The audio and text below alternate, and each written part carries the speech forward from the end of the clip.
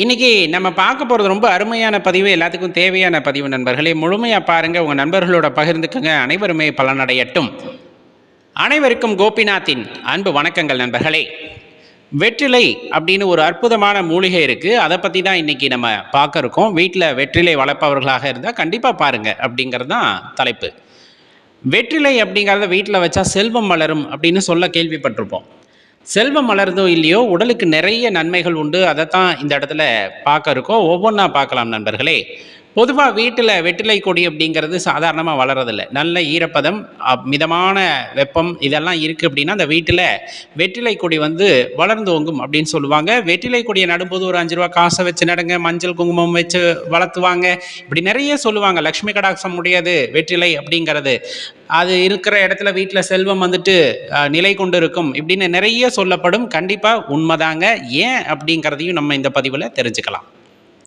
பொதுவாக வெற்றிலைக்கு வந்துட்டு ஜீரண சக்தியை அதிகப்படுத்தக்கூடிய ஆற்றல் உண்டு அப்படிங்கிறது நமக்கு தெரியும். நம்மளோட தமிழர் மரபில் பல நூறு ஆண்டுகளாக இந்த வெற்றிலையோட பயன்பாடு இருந்து கொண்டு வருவது அனைவரும் அறிந்த ஒன்றே.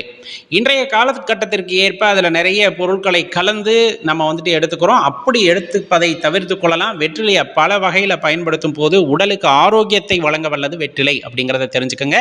அதுக்கு முன்னாடி ரொம்ப முக்கியமான விஷயம் அப்படிங்கும் போது, வெற்றிலையை எடுத்துக்கொள்ளும் போது நம்ம உணர்வு மண்டலம், நரம்பு மண்டலம் இருக்கு இல்லையா, அது வந்துட்டு ரொம்ப ஆக்டிவ் ஆகும் அப்படின்னு சொல்லுவாங்க. ரொம்ப சுறுசுறுப்பாக வந்துட்டு வேலை செய்வதற்கு இந்த வெற்றிலை உதவும் அப்படின்னு சொல்லப்படும். பொதுவாக நம்ம சாப்பிட்டதுக்கு அப்புறம் தான் வெற்றிலையை சாப்பிடுவோம் இல்லையா. ஆனால் வெற்றிலையை எப்படியெல்லாம் எடுத்துக்கலாம் அப்படின்னு பார்த்தோம்னா, வெறும் வெற்றிலையை மட்டும் எடுத்துக்கலாம். காம்பை நீக்கிட்டு சாப்பிடுவாங்க, காம்பு நுனியை நீக்கிட்டு சாப்பிடுவாங்க. இன்னும் சொல்ல போனால் இந்த வெற்றிலையை வந்து சின்ன சின்னதாக பிச்சு நல்லா நசுக்கிட்டு தண்ணியில் ஊற வச்சு காலையில் நீங்கள் டீ குடிக்கிறதுக்கு பதிலாக அந்த தண்ணீரை நல்லா சுட வச்சு வடிகட்டி குடிக்கிறோம். அப்படிங்கும் போது அதில் இருக்கக்கூடிய மருத்துவ குணம் உடலுக்கு அப்படியே போகும். கால்சியம் சத்து கிடைக்கும். நிறைய தாது உப்புகள் அதுல இருக்கு. அது எல்லாமே உடலுக்கு பயன்பாடாக அமையும் அப்படிங்கிறத தெரிஞ்சுக்கணும். அதி அற்புதமானது, உடலில் உணர்வாற்றல்களை அதிகப்படுத்தக்கூடிய தன்மை வாய்ந்தது அப்படின்னு சொல்லுவோம். நம்ம நிறைய சுவாமிகளுக்கு வந்துட்டு இந்த வெற்றிலை மாலை அப்படிங்கிறத சாத்துவாங்க, பார்த்துருப்பீங்க. இந்த வெற்றிலை மாலை சாற்றினால் வந்துட்டு அவங்களுக்கு வெற்றி உண்டாகும் அப்படின்னு சொல்ல கேள்விப்பட்டிருப்போம் இல்லையா. ஆஞ்சநேயருக்கு குறிப்பாக வெற்றிலை மாலை போட சொல்லுவாங்க. அம்பிகைக்கு அல்லது எந்த பூஜையிலையும் பார்த்தீங்கன்னா வெற்றிலை பாக்கு இல்லாமல் எந்த பூஜையுமே நிரக்காது அப்படின்னு சொல்லுவாங்க. இது எல்லாம் சுவாமிகளுக்கு படைப்பதற்கா அப்படின்னு கேட்டால், அதில் நமது முன்னோர்கள் என்ன பண்ணாங்கன்னா, இப்போ பூஜையில் வைக்கிறோம் இல்லையா, எல்லா பொருட்களுக்கும் ஆற்றல் உண்டு, அது எல்லாம் மருத்துவ குணம் வாய்ந்தது, அதை எடுத்துக்கொள்ளுங்கள்னு சொல்றதுக்கு தான் பூஜையில் அந்த பொருட்களை எல்லாம் வைத்தார்கள். வெற்றிலை என்பது வெற்றியின் அடையாளமாக கருதப்படும். வெற்றியின் அடையாளம் அப்படிங்கும் போது பார்த்தீங்கன்னா, ஒரு தன்னம்பிக்கையை உண்டாக்குவது, அதிலே தொடர்ந்து செயல்பட வைப்பது, இது போல ஆற்றல்களை உண்டாக்குவதற்கான அந்த ஒரு அற்புதமான தன்மையும் இந்த வெற்றிலைக்கு உண்டு அப்படின்னா அதில் மாற்று கருத்தே இல்லை. இப்போ வெற்றிலையை மட்டும் சாப்பிடலாமா? கண்டிப்பாக சாப்பிடலாம். அது நீள் வாக்கில் கிழிச்சு சாப்பிடக்கூடாது.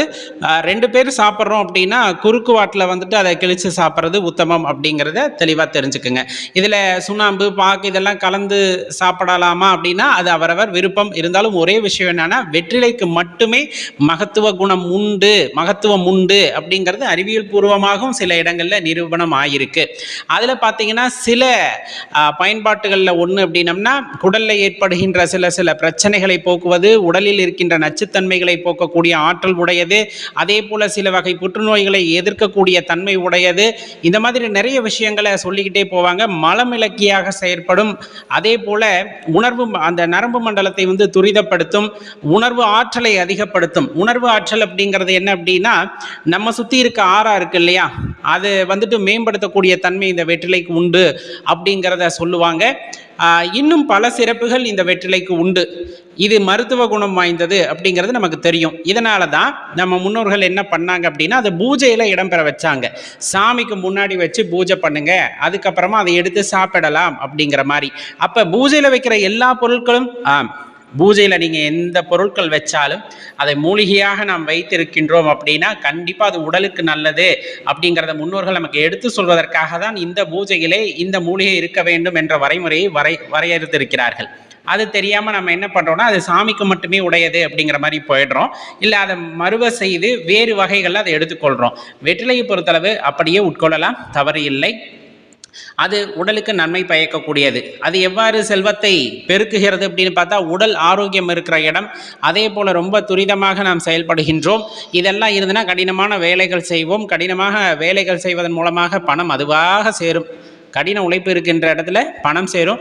இன்னொன்று, இந்த மாதிரி மருத்துவ பயனுள்ள தாவரங்களை அல்லது மூலிகைகளை எடுத்துக்கொள்ளும் பொழுது உடலுக்கு எந்த உபாதையும் வராது. மருத்துவ செலவு அப்படிங்கிறது இருக்காது. ஒரு இடத்துல நீங்கள் மருத்துவ செலவு செய்யலை அப்படின்னாலே என்ன ஆகும் அப்படின்னா, வீட்டில் சேமித்த பணம் அப்படிங்கிறது அப்படியே இருக்கும். அப்போ நம்ம செல்வந்தராக இருப்போமா இல்லையா அப்படிங்கிறத தான் நீங்கள் கேட்டுக்கணும். அப்போ இந்த ஜீரண உறுப்புகள் சரியாக செயல்படுகின்றன அப்படிங்கும் போதே மனிதனுக்கு பாதி பிரச்சனை வராமல் போயிடும். அப்படி அந்த பிரச்சனை உடல் உபாதைகள் இல்லை அப்படின்னா உண்மையாகவே ஆரோக்கியமாக இருக்கக்கூடிய அவர் செல்வந்தராக பணக்காரராக இருப்பார் அப்படின்னா அதில் மாற்று கருத்து இல்லை. இது உண்மையா பொய்யா அப்படிங்கிறத நீங்களே கேட்டு பாருங்க. ஆம் அப்படின்னு நினைச்சீங்கன்னா கீழே அது குறித்த கமெண்ட்ல பதிவு பண்ணுங்க. இல்லைன்னு நினைச்சாலும் ஏன் அப்படிங்கிறத பதிவு பண்ணுங்க நண்பர்களே. ரொம்ப ஆரோக்கியமாக இருப்பதற்கு வெற்றிலை ஒரு சிறந்த உதாரணம். அல்லது அது ஒரு மூலப்பொருள் பார்த்தீங்க அப்படின்னா உடலுக்கு ஆரோக்கியத்தை தரவல்லதுன்னு தெரிஞ்சுக்கிட்டு வாரத்திற்கு ஒரு முறையாவது எடுத்துக்குங்க. உடல்ல இருக்க சில கழிவுகளை வெளியேற்றுவதற்கு இந்த வெற்றிலை உதவும் அப்படின்னு தெரிஞ்சுக்குங்க. மறக்காம இந்த பதிவு உங்க நண்பர்களோட குறிப்பா பகிர்ந்துக்குங்க. அவங்களும் பலனடையட்டும். நன்றி, வணக்கம்.